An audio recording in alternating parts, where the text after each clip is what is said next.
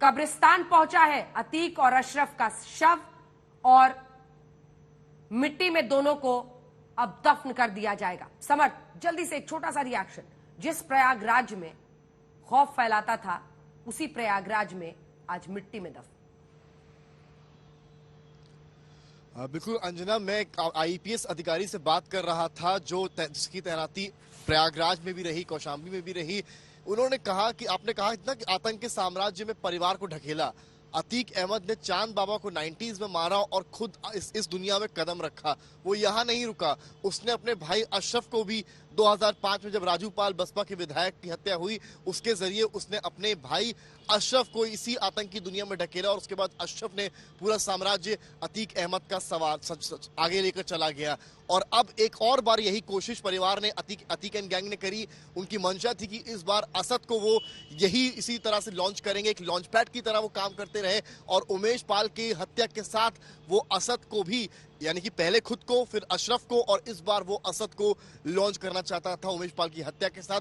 पर इस बार उसके मंसूबे कामयाब नहीं हुए, बुरी चूक हुई। सबसे बड़ी बात यह है कि शाइस्ता इस पूरे मामलात में पूरी तरीके से जुड़ी रही। पहले तो उसने ये पूरे कांड में उसकी संलिप्तता पाई गई, उसके अलावा उसने असद को बचाने की काफी कोशिश करी, किस तरह से असद को छुपाया जा सके। उसने गुलाम का सहारा लिया, तमाम पैतरे अपना, पर सारे पैतरे पूरी तरीके से फेल हो गए और असर ये हुआ कि अतीक अहमद जैसा गैंगस्टर वो ये कहने पर मजबूर हो गया कि मैं तो मिट्टी में मिल गया हूं और अब रगड़ा जा रहा हूं। और उसके बाद जब पुलिस रिमांड मिलती है और कल की रात जो होता है वो सबके सामने होता है कि क्या होता है। हालांकि उसको लेकर जुडिशियल कस्टडी मिल गई है जो आरोपियों ने फायर किया है, पर जो साम्राज्य है उसका यहाँ खात्मा हुआ है। कितनों की जमीन यहाँ पर प्रयागराज में अतीक अहमद ने हड़पी है, ये शायद उनका ही दर्द बता सकता है। शायद उनके पास उस वक्त कोई जवाब ना रहता हो। सत्ता का संरक्षण हमेशा अतीक अहमद के सर रहा,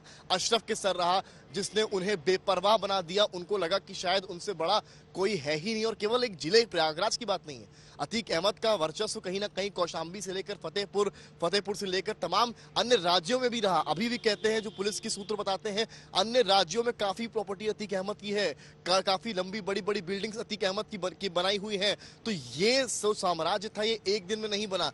5 टाइम, अब 5 बार का विधायक, आप समझ लीजिए 5 बार का विधायक, 1 टाइम का एमपी, तो ये कितना पूरा एक साम्राज्य उसने इसमें स्थापित करा और उसने धीरे धीरे अपने परिवार को इसमें स्थापित किया। सबसे पहले अशरफ को, और इस बार वो यही चीज असद में करता था। जो सूत्रों ने जानकारी दी उसको असद में भविष्य दिखता था, उसको लगता था कि वो असद जो है अतीक और अशरफ की तरह ही उसके साम्राज्य को आगे लेकर जाएगा। पर किसी ने सही कहा है, अगर रास्ता आप गलत चुनेंगे तो शायद हश्र यही होगा और आप मिट्टी में ही मिलेंगे। और आज यही हो रहा है इस वक्त, यही हो रहा है। बिल्कुल तस्वीरें हम दिखा रहे हैं जहां पर अब दफन किया जा रहा है अतीक अहमद को। ये उस कब्रिस्तान की कसारी मसारी की तस्वीरें हैं। यहीं पर असद को कल बीते दिन सुबह में दफन किया गया था और आज पोस्टमार्टम करने के बाद दोनों को यहां पर दफन किया जा रहा है। अरविंद, देखिए, शाइस्ता परवीन के लिए जो कुछ खुद बताया जाता है पुलिस परिवार से थी, एक माफिया डॉन से शादी होती है और उसके बाद का पूरा सफर असद को बचाने की पूरी कोशिश की उसने, लेकिन कुछ भी अब काम नहीं आया। चारों तरफ से ये परिवार घिर चुका था। लेकिन अतीक अहमद का वकील बार बार आज ये कह रहा था, ये दावा था उनका कि आज सरेंडर कर सकती है शाइस्ता, क्रिमेशन में आज जब दफनाया जाए तो वहां पर शामिल हो सकती है। इस बारे में कुछ और जानकारी हो? नहीं, देखिए, लगातार इस तरह के इनपुट्स मिले थे। जब असद का एनकाउंटर हुआ था और दफनाया जा रहा था इसी कब्रिस्तान में, तब इनपुट्स मिले थे। शाइस्ता नहीं आई, जाने क्या मजबूरी थी? एक मजबूरी तो यह है कि यूपी पुलिस तलाश रही है, 50,000 का इनाम सर पर है। अब तो पति और देवर को दफनाया जा रहा है, लेकिन आज भी स्ट्रॉन्ग इनपुट्स थे। इसलिए कुछ देर पहले यहाँ जो भगदड़ मची थी, बुरके में कुछ महिलाएं आई थी, तो यही कयास लगाया गया, क्योंकि वो अंदर जाने की काफी उनको जल्दी थी। इस वजह से कयास लगाया गया कि क्या ये शाइस्ता परवीन है या नहीं है। लेकिन एक इंटरेस्टिंग चीज जो समर चर्चा कर रहे थे आपसे, कि भविष्य असद में उसको भविष्य दिखता था और कई लोग ये भी बताते हैं कि छोटे सांसद उसको करने लगे थे। तो अतीक अपने परिवार के लोगों को भविष्य कैसे आगे बढ़ाता था? खुद उसने हत्या की, विधायक बना, सांसद बना। भाई ने जब हत्या की, विधायक बना।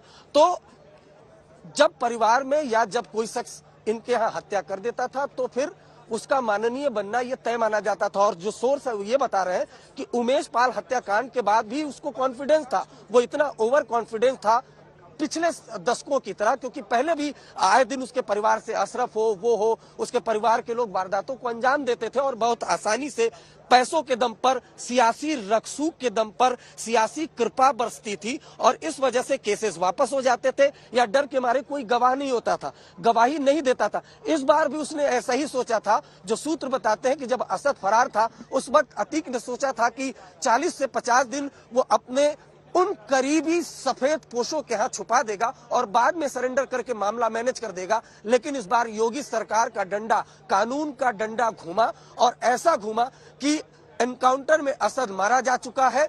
अनफॉर्चुनेट है और पुलिस पर सवाल जरूर है, लेकिन पुलिस कस्टडी में जो अतीक है, अशरफ है, वो मारा जा चुका है। पत्नी फरार चल रही है। पूरे परिवार पर हाल फिलहाल के दिनों में कई मुकदमे दर्ज हुए हैं। उसके कई मकानों पर बुलडोजर गिरा, ईडी के छापे पड़े। तो ओवर कॉन्फिडेंस जरूर था और ये सिर्फ ओवर कॉन्फिडेंस इसलिए था क्योंकि सियासत में भी माफियाओं के बीच और गैंग्स के अलावा सियासत में भी उसकी अच्छी पकड़ थी। लेकिन इस बार जो उसका कॉन्फिडेंस था या यो कहे ओवर कॉन्फिडेंस था, वो काफी भारी पड़ गया। अंजना, आपको याद होगा कि अक्टूबर 2022 की बात है जब अतीक को यूपी में पेशी के लिए लाया गया था तो उसने योगी की बड़ाई करते हुए बयान दिया था। अब पुलिस वाले बताते हैं कि वो भी एक माइंड गेम था। अतीक ने जेल वैन में बैठकर ये बोला था योगी ईमानदार है, बहुत अच्छा काम कर रहे हैं। लेकिन अब जब उमेश पाल हत्याकांड की इन्वेस्टिगेशन चल रही है तो अधिकारी बताते हैं कि उस बयान देने के बाद से ही हत्याकांड की साजिश रची जा रही थी। यानी वो बयान भी कहीं न कहीं एक माइंड गेम था कि अगर हत्याकांड को अंजाम दिया जाता है और परिवार का कोई सदस्य फंसता है या शिकंजे में आता है तो कहीं न कहीं सियासी सांठगांठ से वो भी केस पार लगाए जा सके जैसे पहले के केसेस पार लगाए जाते थे। लेकिन इस बार ऐसा हो न सका। तस्वीरें इस बात की गवाही दे रही है। चकिया इलाके में कब्रिस्तान के बाहर रैपिड एक्शन फोर्स के बिल्कुल आ रही हूं मैं अरविंद। अभिषेक भी हमारे साथ जुड़ गए हैं। अभिषेक, जहां पर आप मौजूद हैं वहां से क्या दिखाई दे रहा है? दोनों को दफनाने का और जो भी वहां पर प्रक्रिया है, रस्म है, उसकी शुरुआत तो हो चुकी है। कुछ ही देर पहले दोनों के शव को लेकर वहां पर रिश्तेदार पहुंच गए कब्र की जगह। देखिए बिल्कुल अंजना, जो पूरी प्रक्रिया है वो सुपुर्दे खाक करने की वो यहाँ पर शुरू हो चुकी है और तस्वीरें हम आपको एक बार फिर से दिखाते हैं। पुलिस के घेरे के बीच में ये प्रक्रिया हो रही है और हमें लगता है अब से कुछ ही देर में इसे पूरा कर लिया जाएगा क्योंकि काफी समय हो चुका है। कुछ महिलाएं यहाँ पर गई हैं, उनको इजाजत मिली है, परिवार की तरफ से है, परिवार की महिलाएं हैं, इसलिए उनको जाने दिया गया आखिरी बार अशरफ और अतीक अहमद का चेहरा देखने के लिए। क्योंकि जो प्रक्रिया होती है, जो सुपुर्दे खाकी की जाती है, उसमें केवल और केवल जो मर्द है, जो घर के पुरुष है, वही भाग लेते हैं। तो उनको केवल चेहरा दिखा दिया गया है और उसके बाद में जो उनका शव है उसको उस कब्र की तरफ ले जाया गया है जहां पर असद की कब्र कल दफन हुआ था। वो उसी कब्र के ठीक पीछे दो कब्रें बनाई गई हैं, 7x3, 7x4 की दो कब्रें हैं। उस कब्र में ही दफन किए जा रहे हैं अतीक अहमद और अशरफ, जिनको कल सरेआम सबके सामने 3 शूटर से गोली मारी। और ये कहना गलत नहीं होगा कि अतीक अब अतीत हो चुका है उत्तर प्रदेश में। जिस तरीके की घटना कल हुई, बेटा जो कि मारा गया पुलिस के एनकाउंटर में झांसी में, परिवार का पहला सदस्य, और कल परिवार के वो दोनों सदस्य जिन्हें सरगना कहा जाता था, जिन्हें माफिया कहा जाता था, जिनका एक छत्र वर्चस्व या राज कह लीजिए प्रयागराज में था, वो अतीक एक तरीके से आज अतीत का हिस्सा बन चुका है। तैनाती देखिए आप, कितनी यहाँ पर तैनाती है आरएएफ की, क्योंकि ये सूचना और जिस तरीके की कोताही बरतने की बात कही जा रही थी कि किसी भी तरीके की स्थिति हो, मुख्यमंत्री योगी आदित्यनाथ ने कहा था कि नियंत्रण में स्थिति रहनी चाहिए। और यही कारण था कि प्रयागराज में सुबह से ही, बल्कि देर रात से, इस घटना के ठीक बाद एक एक चौराहे, एक एक सीमा को सीज कर दिया गया। घेरा देखिए अलग अलग, आरएएफ, उत्तर प्रदेश पुलिस, दोनों की टुकड़ियां भारी मात्रा में यहाँ पे मौजूद है और इतनी ही मात्रा में इनकी जो तादाद है वो अंदर कब्रिस्तान के अंदर भी हमको दिखाई दे रही है।